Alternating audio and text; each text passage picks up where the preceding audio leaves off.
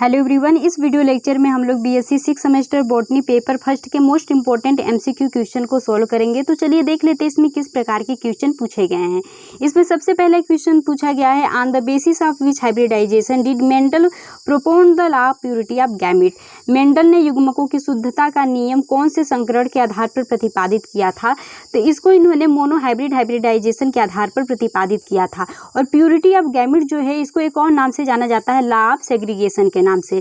ठीक है, अब जान लीजिए थोड़ा मोनोहाइब्रिड हाइब्रिडाइजेशन क्या होता है। जब हम किसी एक कैरेक्टर्स को लेकर के इसका संकरण करवाते हैं तो उसको हम क्या कहते हैं, मोनोहाइब्रिड हाइब्रिडाइजेशन कहते हैं। जैसे कि हम यदि प्लांट की लंबाई को ले रहे हैं तो प्लांट की लंबाई को ही लेकर के इसमें हम क्या करेंगे, इसका क्रॉस करवा देंगे। ठीक है, और यदि हम इसके कलर को ले रहे हैं तो इसके कलर को ही लेकर के हम इसमें क्रॉस करवा देंगे। मतलब किसी एक कैरेक्टर्स को लेकर के जब हम इसमें क्रॉस करवाते हैं तो वो हमारा होता है मोनोहाइब्रिड हाइब्रिडाइजेशन। नेक्स्ट हम देख लेते हैं, जिसमें हमसे पूछा गया है, how many type of gametes will be form in the F1 generations in a try hybrid cross. ठीक है, त्रिसंकर क्रॉस के F1 पीढ़ी में कितने प्रकार के युग्मक बनेंगे? तो यहाँ पे आप देखेंगे तो आप लोगों को 8 प्रकार के युग्मक देखने को मिलेंगे। अब यहाँ पे देखिए आप लोगों से क्या पूछा है, ट्राई हाइब्रिड क्रॉस पूछा है। इसका मतलब क्या है, आप लोगों को 3 कैरेक्टर्स को लेने होंगे। तो 3 कैरेक्टर्स आप क्या क्या ले सकते हैं? मान लीजिए आपने प्लांट की लंबाई को ले लिया, इसके जो पौंड का आकार है राउंड हो गया या विंकल्ड हो गया उसको ले लिए, उसके कलर को ले लिए। ठीक है, तो इन 3 कैरेक्टर्स को ले लिए। अब इसका जब आप युग्मक बनाएंगे तो इसमें आप लोगों को 8 प्रकार के युग्मक दिखेंगे। ठीक है, एंड नेक्स्ट क्वेश्चन देखिए, जिसमें आप लोगों से पूछा गया है, the ratio of test cross in dihybrid will be. क्या रेशियो होगा जब आप डाई हाइब्रिड क्रॉस करवा रहे हैं, जब उसका टेस्ट क्रॉस करवाएंगे डाई हाइब्रिड क्रॉस में तो उसका रेशियो क्या आएगा? तो देखिए इसमें आप देखिए डाई हाइब्रिड क्रॉस क्या होता है, आप लोगों को पता है। डाई हाइब्रिड क्रॉस का मतलब हम जब 2 कैरेक्टर्स को लेकर के क्रॉस करवाते हैं तो वो हमारा होता है डाई हाइब्रिड क्रॉस। जैसे कि हम 2 कैरेक्टर्स ले लिए, पौंड के आकार को ले लिए, उसके कलर को ले लिए। अब इसमें यदि हम क्रॉस करवाएंगे तो हमारे क्या होगा, F1 जनरेशंस में क्या आएगा, F1 जनरेशंस में आप लोग देखेंगे तो ये आप लोगों को देखने को मिलेगा। तो जो हमारा F1 जनरेशन में प्राप्त होता है उसका उसके पेरेंट रिसेसिव के साथ जब हम क्रॉस करवाते हैं तो वो हमारा क्या होता है, टेस्ट क्रॉस होता है। ठीक है, इससे हमारा क्या पता चलता है, इससे हमारा पता चलता है कि जो भी ये हमारा सभी के सभी राउंड और जो येलो हमारे बने हुए हैं हमारे F1 जनरेशंस में, ये जो है हमारे डोमिनेंट है, मतलब कि पूरे होमोजाइगस है या फिर ये हेट्रोजाइगस है। ठीक है, इससे हमें पता करने के लिए हम क्या करते हैं, इसको हम पेरेंट रिसेसिव के साथ इसका हम कर देते हैं क्रॉस। यदि हमारे क्या हो जाता है कि ये 50-50 के चांस में आता है तो इसका मतलब हम समझ जाते हैं कि ये क्या है, हमारा हेट्रोजाइगस के रूप में होगा। एंड नेक्स्ट क्वेश्चन हम देख लेते हैं, जिसमें हमारा पूछा गया है, आर पॉइंट इन मेज कंट्रोल। मक्का में आर बिंदु नियंत्रित करता है। तो जो मक्का है इसमें आर बिंदु जो है ये किसके द्वारा नियंत्रित करता है? तो ये होता है anthocyanin colour. And next question हमारा पूछा गया है, study is done in genetics. Genetics में किसका किसका स्टडी करते हैं? तो आप लोगों को पता होगा, हेरेडिटी का और वेरिएशंस, इन दोनों का स्टडी हम जेनेटिक्स के अंदर करते हैं कि किस प्रकार से हमारा एक कैरेक्टर जो होता है 1 जनरेशन से दूसरे जनरेशंस में जाता है और किस प्रकार से उसमें विभिन्नताएं जो होती हैं आती रहती हैं। नेक्स्ट क्वेश्चन देखिए, जिसमें पूछा गया है, why did Mendel choose the P plant.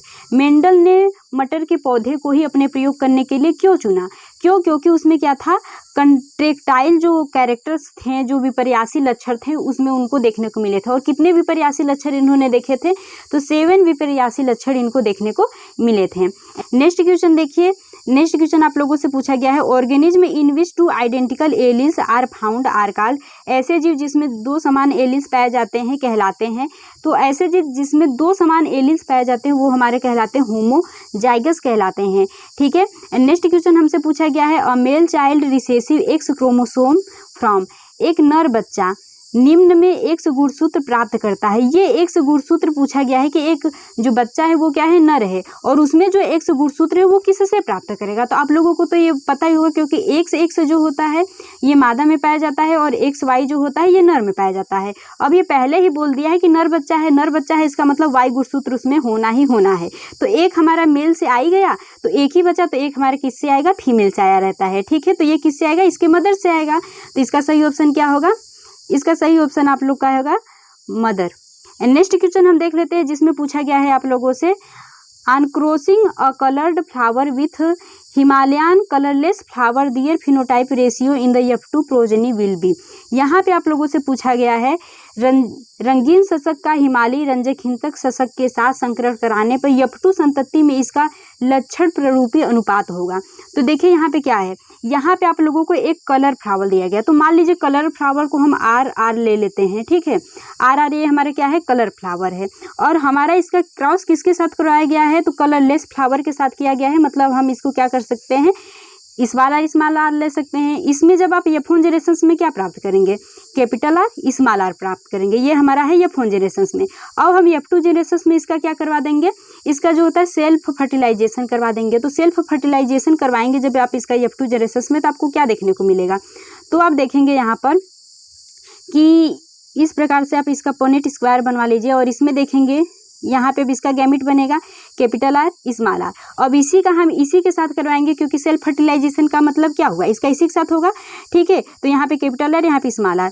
तो अब आप इसमें देखेंगे तो क्या क्या आप लोगों को देखने को मिलेगा, यहाँ पे देखने को मिलेगा, देखिए यहाँ पे देखने को मिलेगा कैपिटल आर, यहाँ पे देखने को मिलेगा कैपिटल आर स्मॉल आर, यहाँ पे देखने को मिलेगा कैपिटल आर स्मॉल आर, और यहाँ पे स्मॉल आर।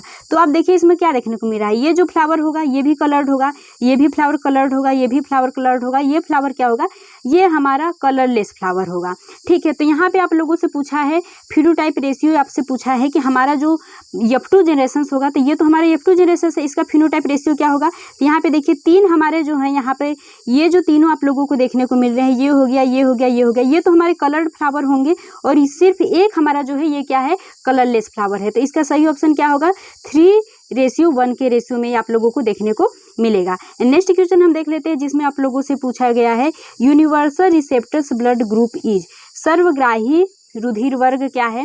तो ये आप लोग को सबको पता होगा कि जो सबके ब्लड को ले सकता है वो क्या है, वो AB ब्लड ग्रुप है, यानी सार्वत्रिक ग्राही रुधिर वर्ग। मतलब जो सबके ब्लड ग्रुप को ले सकता है वो क्या है, AB ब्लड ग्रुप है। क्यों, क्योंकि आप लोग देखे होंगे AB ब्लड ग्रुप जो होता है उसके ऊपर क्या होता है, A एंटीजेंस भी प्रेजेंट होता है, उसके साथ साथ B एंटीजेंस भी प्रेजेंट होता है। क्योंकि AB जो ब्लड ग्रुप है ये किसका है, जो कोडोमिनेंस होता है, इसका आप लोगों को एग्जाम्पल से देखे होंगे, ठीक है, कि AB ब्लड ग्रुप ये दोनों साथ साथ एक दूसरे को, कोई भी एक दूसरे पे डोमिनेंट नहीं होता, ये दोनों ही अपना जो लक्षण होता है प्रदर्शित करते रहते हैं, ठीक है। ये कोडोमिनेंट होते हैं, साथ साथ काम करते रहते हैं। तो इसमें दोनों के एंटीजेंस प्रेजेंट होते हैं, इसलिए क्या होता है कि ये A ब्लड ग्रुप को भी ले सकता है, B को भी ले सकता है, और ये O को भी ले सकता है। क्यों, क्योंकि O पे तो किसी प्रकार के एंटीजेंस ही नहीं है, तो O को भी ले सकता है, A वाला तो प्रेजेंट ही है, B वाला एंटीजेंस प्रेजेंट है, तो इन दोनों को भी ले सकता है। तो यानी सभी ब्लड ग्रुप को लेने का काम ये कर सकता है। क्वेश्चन पूछा गया है the universal donor blood group is, सार्वत्रिक दाता रुधिर वर्ग है,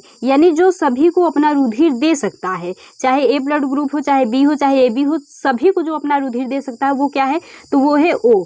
क्यों, क्योंकि O पे किसी भी प्रकार के, O जब देखेंगे तो इस पे किसी भी प्रकार के जो होता है एंटीजेंस प्रेजेंट नहीं होते हैं, इसलिए क्या होता है कि सभी को अपना रुधिर दे सकता है।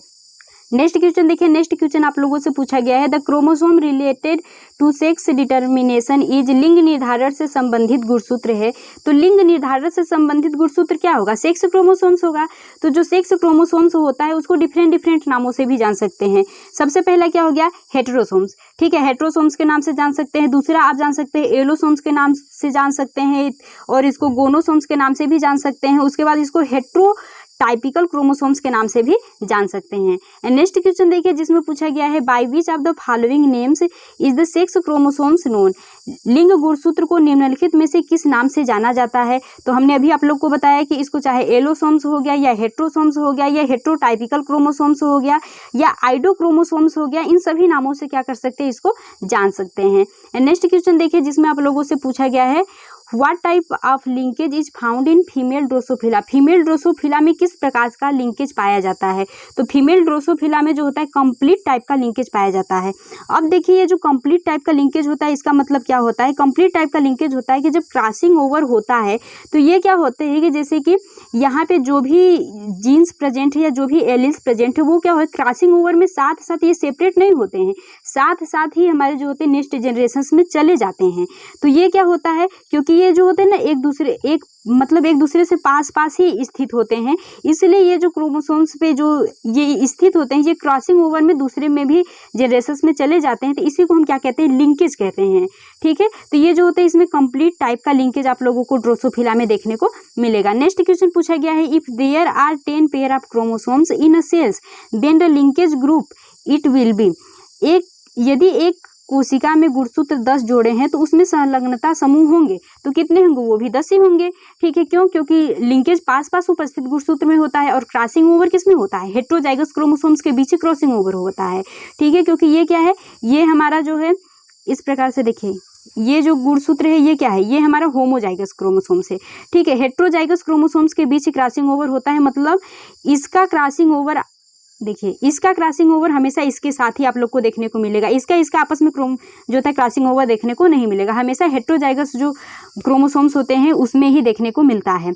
नेक्स्ट क्वेश्चन देखिए जिसमें आप लोगों से पूछा गया है, who propounded the chromosomal theory of inheritance. Chromosomal theory of inheritance को किसने दिया था, क्रोमोजोमल थ्योरी ऑफ इनहेरिटेंस जो होता है उसको केस्टल एंड मॉर्गन ने दिया था। Polygenic inheritance can be seen in humans, तो ह्यूमंस में पॉलीजेनिक इनहेरिटेंस किस में देखने को मिलेगा, स्किन कलर में, क्योंकि स्किन कलर को क्या होता है एक से अधिक जीन्स जो होते हैं कंट्रोल करने का काम करते हैं।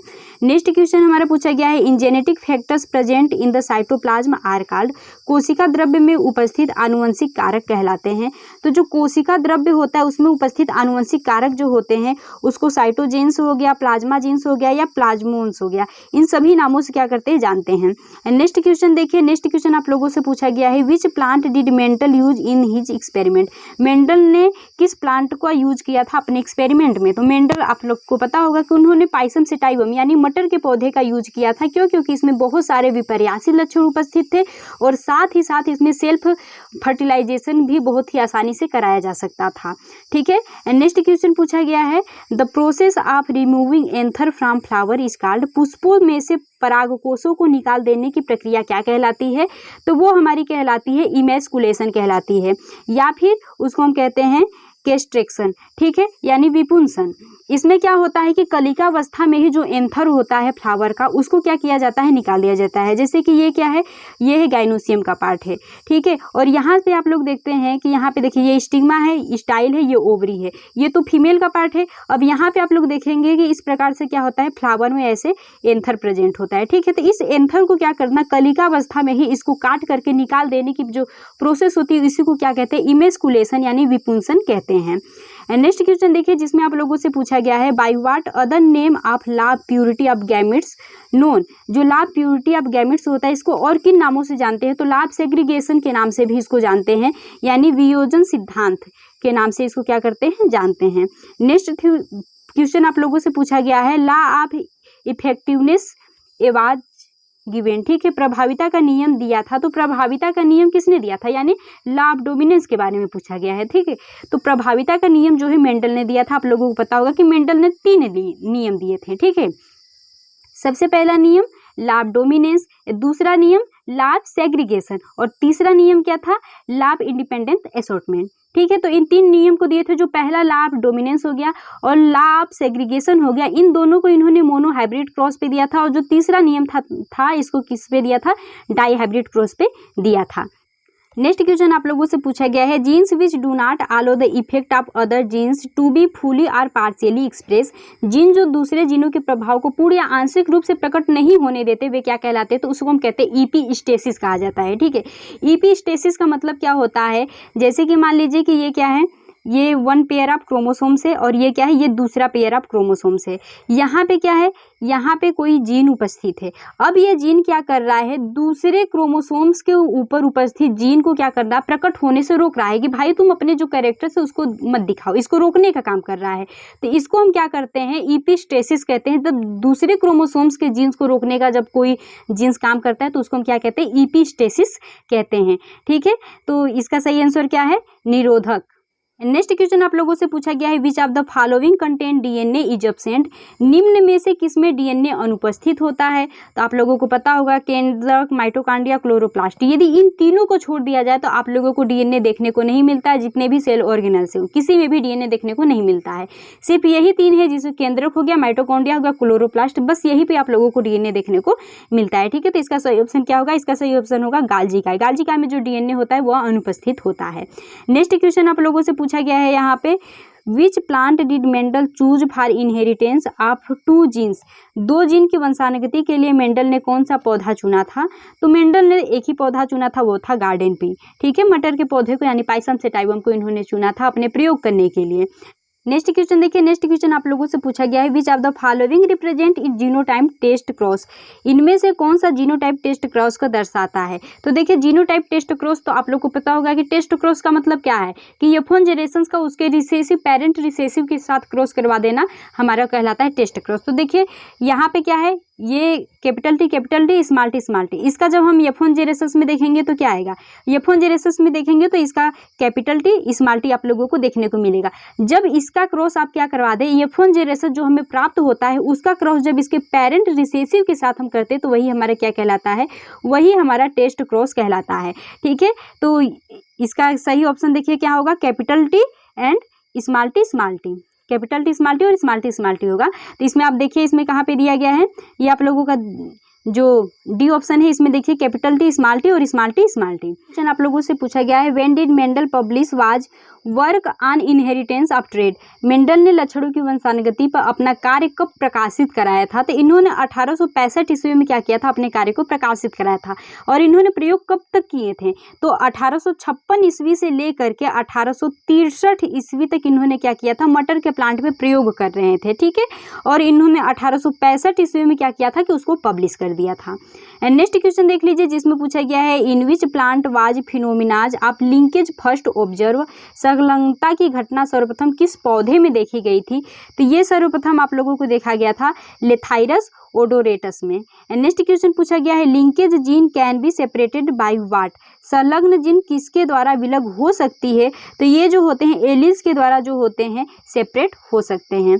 नेक्स्ट क्वेश्चन देखिए, नेक्स्ट क्वेश्चन आप लोगों से पूछा गया है the ratio of incomplete effectiveness is, अपूर्ण प्रभाविता का अनुपात, यानी इनकम्प्लीट डोमिनेंस के बारे में पूछा है, इसके अनुपात के बारे में। तो इनकम्प्लीट डोमिनेंस का मतलब क्या होता है, इसका मतलब होता है जैसे कि ये आप लोग देखेंगे तो जो लाफ डोमिनेंस है मेंडल का, उसका ये क्या है, एक्सेप्शन है।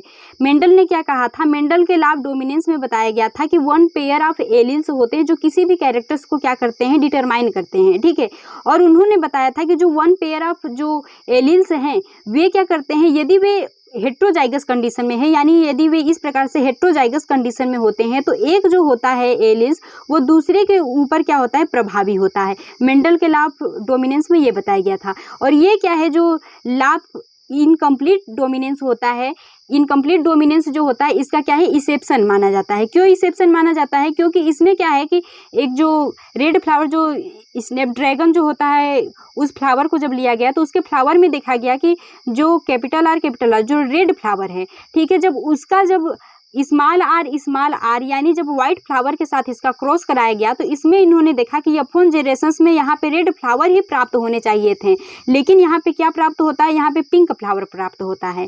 ठीक है, तो इसका जब इन्होंने फिर इसमें क्या कराया, इसमें जब सेल्फ फर्टिलाइजेशन इसमें करवाया तब इन्होंने क्या पाया कि इसका जो जीनोटाइप रेशियो और फिनोटाइप रेशियो वो समान होता है। जैसे इसका जब सेल्फ फर्टिलाइजेशन आप कराएंगे तो सेल्फ फर्टिलाइजेशन में क्या है, कैपिटल आर स्मॉल आर का ही हम क्या करते हैं सेल्फ फर्टिलाइजेशन, तो इसका गैमेट क्या बनेगा, कैपिटल आर और स्मॉल आर। यहाँ पे भी कैपिटल आर और स्मॉल आर। अब इसमें जब आप इसका देखेंगे तो इसमें क्या होगा, कैपिटल आर और capital R small R, capital R small R और स्मॉल आर यही बनेगा। तो ये जो है ये तो रेड बना और ये क्या बना, पिंक बना, और ये पिंक बना और ये बना व्हाइट बना। ठीक है, तो इसमें देखिए क्या अनुपात क्या आप लोगों को देखने को मिलेगा, एक तो हमारा रेड बना है फ्लावर और दो जो होते हैं ये दोनों क्या बने हैं, ये पिंक बने हैं, और एक हमारा क्या बना है, ये हमारा व्हाइट बना है। तो 1:2:1 इन्हीं रेशियो में आप लोगों को देखने को मिलेगा। और इसका जीनोटाइप रेशियो देखिए, जीनोटाइप भी वही आप लोग को देखने को मिलेगा 1:2 2:1 इसका जीनोटाइप रेशियो है और फिनोटाइप रेशियो इसका दोनों ही क्या होता है, समान होता है। तो इसका सही ऑप्शन क्या है, 1:2:1। ये आप लोगों को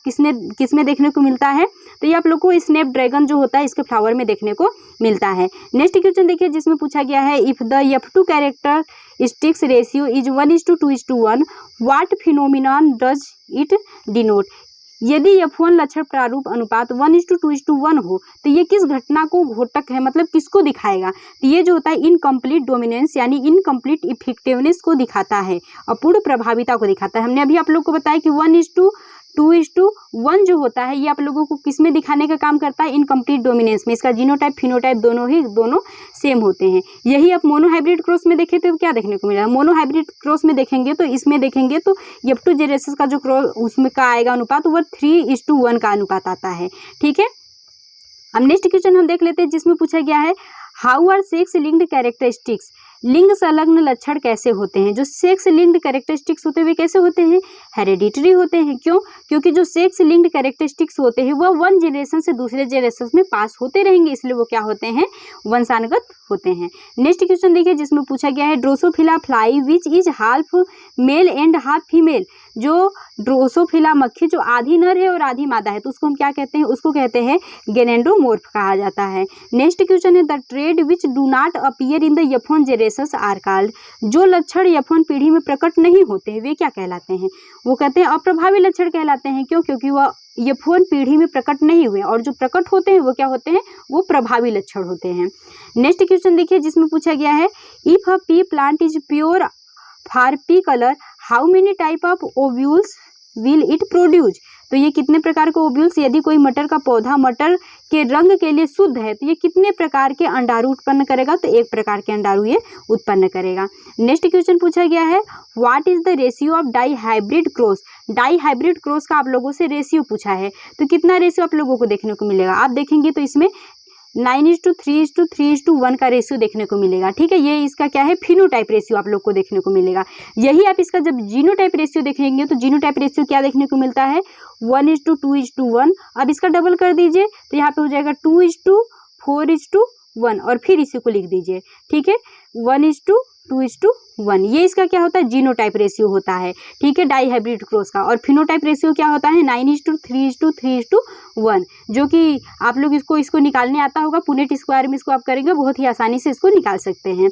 नेक्स्ट क्वेश्चन देखिए जिसमें पूछा गया है, the symptoms which appear in यहाँ पे रहेगा F1 जनरेशंस आर कॉल्ड। ठीक है, जो लक्षण F1 पीढ़ी में प्रकट होते हैं वे क्या कहलाते हैं, तो हमने अभी आप लोग को बताया जो लक्षण F1 पीढ़ी में प्रकट हो रहे हैं वे क्या होते हैं, प्रभावी लक्षण होते हैं, यानी इफेक्टिवनेस लक्षण होते हैं। और जो लक्षण F1 पीढ़ी में मतलब कि प्रदर्शित नहीं हो रहे हैं वे क्या होते हैं, अप्रभावी लक्षण होते हैं या इनइफेक्टिवनेस होते हैं। वो से पूछा गया है, same genotype ratio 1:2:1 was found in the F2 generations of Mendelian cross this shows. Mendelian cross के F2 पीढ़ी में समान जीनोटाइपिक अनुपात 1:2:1 पाया गया। यह दर्शाता है, ये क्या दर्शाता है, तो हमने आप लोग को बताया ये क्या है, ये दर्शाता है monohybrid cross with incomplete dominance को दर्शाता है। ठीक है, जिसमें कि हमने आप लोग को एग्जाम्पल से लेकर बताया था स्नैपड्रैगन का, जिसमें कि उसका जो फ्लावर होता है, जब रेड फ्लावर का जब क्रॉस करवाया गया था व्हाइट फ्लावर के साथ तो यहाँ पे इनकम्प्लीट डोमिनेंस हुआ था, तो यहाँ पे क्या प्राप्त हुआ था, पिंक कलर का फ्लावर प्राप्त हुआ था। जब इसका सेल्फ फर्टिलाइजेशन करवाया गया था, इसका जो जीनोटाइप रेशियो है और फिनोटाइप रेशियो है दोनों का दोनों ही क्या हुआ, 1:2:1 ही आप लोगों को देखने को मिला था। ठीक है, नेक्स्ट क्वेश्चन हम देख लेते हैं। यहाँ पे देखिए, यहाँ पे आप लोगों को दिया है पहले मोनोहाइब्रिड क्रॉस, ये आप लोग समझ लीजिए मोनोहाइब्रिड क्रॉस क्यों दिया है, क्योंकि ये मोनोहाइब्रिड क्रॉस के अंतर्गत आता है। जो लॉ ऑफ डोमिनेंस दिए थे इन्होंने, लॉ ऑफ डोमिनेंस के अंतर्गत ही ये क्या होता है, ये उसका एक्सेप्शन है। ठीक है, इनकम्प्लीट डोमिनेंस हो गया या को डोमिनेंस हो गया, ये दोनों के दोनों एक्सेप्शन माने जाते हैं लॉ ऑफ डोमिनेंस के। और लॉ ऑफ डोमिनेंस और लॉ ऑफ सेग्रीगेशन ये दोनों के दोनों किस पे दिए गए थे, मोनोहाइब्रिड क्रॉस पर ही दिए गए हैं। नेक्स्ट क्वेश्चन देखिए जहाँ पे आप लोगों से पूछा गया है, in a monohybrid cross between two heterozygous organism how many pure homozygous organism will be obtain in F2 generation. दो विषम युग्मती जीवों के बीच एकल संकर F1 पीढ़ी में कितने शुद्ध समयुग्मनजी जीव प्राप्त होंगे। इसका मतलब क्या पूछा गया है, दो विषम युग्मनजी जीव दिए गए हैं, तो इसका मतलब मान लीजिए कि कैपिटल टी स्मॉल टी दिया गया है। ठीक है, यहाँ पे क्या ले लेते हैं, कैपिटल टी स्मॉल टी और कैपिटल टी स्मॉल टी ये ले लेते हैं। अब इसका जब क्रॉस करवाएंगे तो क्या बनेगा आप लोगों को, यहाँ पे आप लोगों को बनेगा एक, यहाँ पे देखिए इसको पुनेट स्क्वायर में कर लेते हैं पहले। तो इस प्रकार से करेंगे तो इसका जब युग्मक बनेगा तो क्या बनेगा, इसका युग्मक बनेगा कैपिटल टी स्मॉल टी, और इसका क्या बनेगा, इसका भी बनेगा कैपिटल टी स्मॉल टी। तो जब इसका देखेंगे आप, इसमें क्या आएगा, कैपिटल टी आएगा, यहाँ पे कैपिटल टी स्मॉल टी आएगा, और यहाँ पे आएगा कैपिटल टी, और यहाँ पे स्मॉल टी, और यहाँ पे आएगा स्मॉल टी आएगा, यही आएगा ना। तो यही पे आपसे पूछा है कि F1 पीढ़ी में कितने शुद्ध समयुग्मनजीय जीव बनेंगे, तो कितने शुद्ध बनेंगे हैं। देखिए यहाँ पे ये एक शुद्ध बना है और एक ये शुद्ध बना है, ये दोनों तो हेट्रोजाइगस है ना, ये दोनों क्या है, होमोजाइगस है। तो ये दो ही शुद्ध बने हैं ना, तो इसका सही आंसर क्या रहेगा, इसका सही आंसर रहेगा ये पहला, ठीक है, 2 बनेंगे। नेक्स्ट क्वेश्चन हम देख लेते हैं जिसमें पूछा गया है the number of linkage group in Drosophila is. Drosophila में सहलग्नता समूह की संख्या है, तो आपसे नंबर ऑफ लिंकेज पूछा है ड्रोसोफिला में, तो कितने होते हैं, ये 4 होते हैं। नेक्स्ट क्वेश्चन पूछा गया है आप लोगों से, if breeding was done between 2 hybrid then the phenotype ratio would be. यदि 2 संकर के बीच प्रजनन कराया जाता है तो फिनोटाइप अनुपात क्या होगा, यानी डाई हाइब्रिड क्रॉस आप करवाएंगे तो उसका फिनोटाइप अनुपात क्या होगा।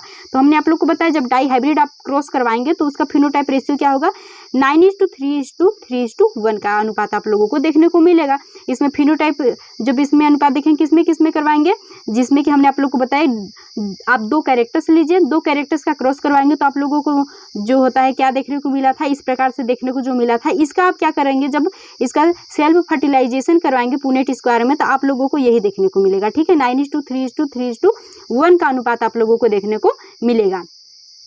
नेक्स्ट क्वेश्चन देखिए जिसमें आप लोगों से पूछा गया है what is the main reasons for selecting P plant for use. मटर के पौधे का प्रयोग के लिए चुनने का मुख्य कारण क्या था। मेंडल ने मटर के पौधे को क्यों चुना, वही चीज़ है बार बार, क्योंकि इसमें सेल्फ फर्टिलाइजेशन बहुत ही जल्दी हो जा रहा था और साल भर में ही बहुत ही जल्दी तैयार हो रहा था, और इसमें विपर्यासी लक्षण जो है वो प्रेजेंट थे, इसीलिए इसको क्या किया गया था, चुना गया था, ठीक है। नेक्स्ट क्वेश्चन देखिए, नेक्स्ट क्वेश्चन आप लोगों से पूछा गया है known as the Mendelian 1 gene 1 traits ideas.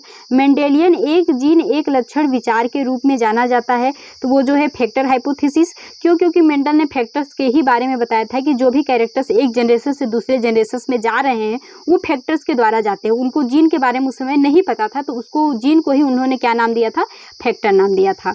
Next question देखिए जिसमें पूछा गया है which of the following examples of sex linked inheritance. निम्नलिखित में से कौन सा जो होता है लिंग संलग्न वंशानुगति का उदाहरण है। तो इसमें से कौन सा है, जो हीमोफीलिया है ये क्या है, लिंग संलग्न वंशानुगति का उदाहरण है। अब हीमोफीलिया में क्या देखेंगे, हीमोफीलिया जो होता है इसमें क्या होता है, यदि आपका हाथ कहीं से कट जा रहा है या कहीं भी कोई भी बॉडी का पार्ट कट जा रहा है तो जो ब्लड का फ्लो है वो ब्लड हमेशा बहता ही रहेगा, वो जो होता है क्लोट नहीं हो पाता है। नॉर्मल यदि आपका हाथ कटता है तो वो क्या होता है, लगभग 3 से 4 मिनट में ही क्या होता है कि वो जो ब्लड बहता रहता है वो धीरे धीरे रुक जाता है। लेकिन इसमें क्या होता है कि इसमें ब्लड नहीं रुक पाता है और ब्लड बहने की वजह से क्या होता है कि खून की कमी हो जाती है, जिसकी वजह से जो होता है व्यक्ति मर जाता है, ठीक है। और यदि इसमें क्या होता है कि जो ब्लड रुकता भी है ना, तो वो क्या होता है कि लगभग 30 मिनट हो गया, 1 आवर हो गया, तब जाकर रुकता है, तब तक ब्लड जो होता है बॉडी में ब्लड की कमी हो गई रहती है, ठीक है। आप लोगों से पूछा गया है the nature of genes in which they are simultaneously passed on the next generation. Gene की वह प्रकृति जिसमें वह साथ साथ अगली पीढ़ी में पहुंचते हैं वो क्या कहलाते हैं, वह कहलाते हैं लिंकेज यानी सहलग्नता कहलाते हैं। क्यों, क्योंकि ये क्रोमोसोम्स है, क्रोमोसोम्स पे जो जीन है वो क्या है, पास पास उपस्थित है, ठीक है। जब ये जीन्स पास पास उपस्थित है तो जो क्रॉसिंग ओवर होता है, क्रॉसिंग ओवर के पश्चात भी ये क्या होते हैं कि एक साथ ही चले जाते हैं और नेक्स्ट जनरेशन में साथ साथ ही क्या हो जाते हैं, पास हो जाते हैं, ये अलग नहीं हो पाते, तो इसी को तो हम लिंकेज कहते हैं। नेक्स्ट क्वेश्चन देखिए जिसमें पूछा गया है blood group in humans was discovered by. जो ह्यूमंस का ब्लड ग्रुप है उसको किसने डिस्कवर किया था, तो ये तो बहुत ही आसान सा क्वेश्चन है, इसको लैंडस्टीनर ने क्या किया, डिस्कवर किया था। नेक्स्ट क्वेश्चन पूछा गया है what type of linkage is found in female Drosophila. Female Drosophila में किस प्रकार का लिंकेज पाया जाता है, तो इसमें कंप्लीट टाइप का लिंकेज आप लोगों को फीमेल ड्रोसोफिला में देखने को मिलता है। नेक्स्ट क्वेश्चन आप लोगों से पूछा गया है genes showing multiple phenotype effect are called. अनेक फिनोटाइपिक प्रभाव दिखाने वाले जीन्स कहलाते हैं, तो वो कहलाते हैं कम्हेंसिव जीन्स कहलाते हैं, यानी पूरक जीन कहलाते हैं। नेक्स्ट क्वेश्चन है who gave the principle of linkage. Linkage का जो प्रिंसिपल सिद्धांत है उसको किसने दिया था, तो लिंकेज के सिद्धांत को मॉर्गन ने दिया था, ठीक है। तो यदि आप लोगों को ये वीडियो समझ में आया होगा तो वीडियो को लाइक कर दीजिएगा और चैनल को सब्सक्राइब कर दीजिएगा।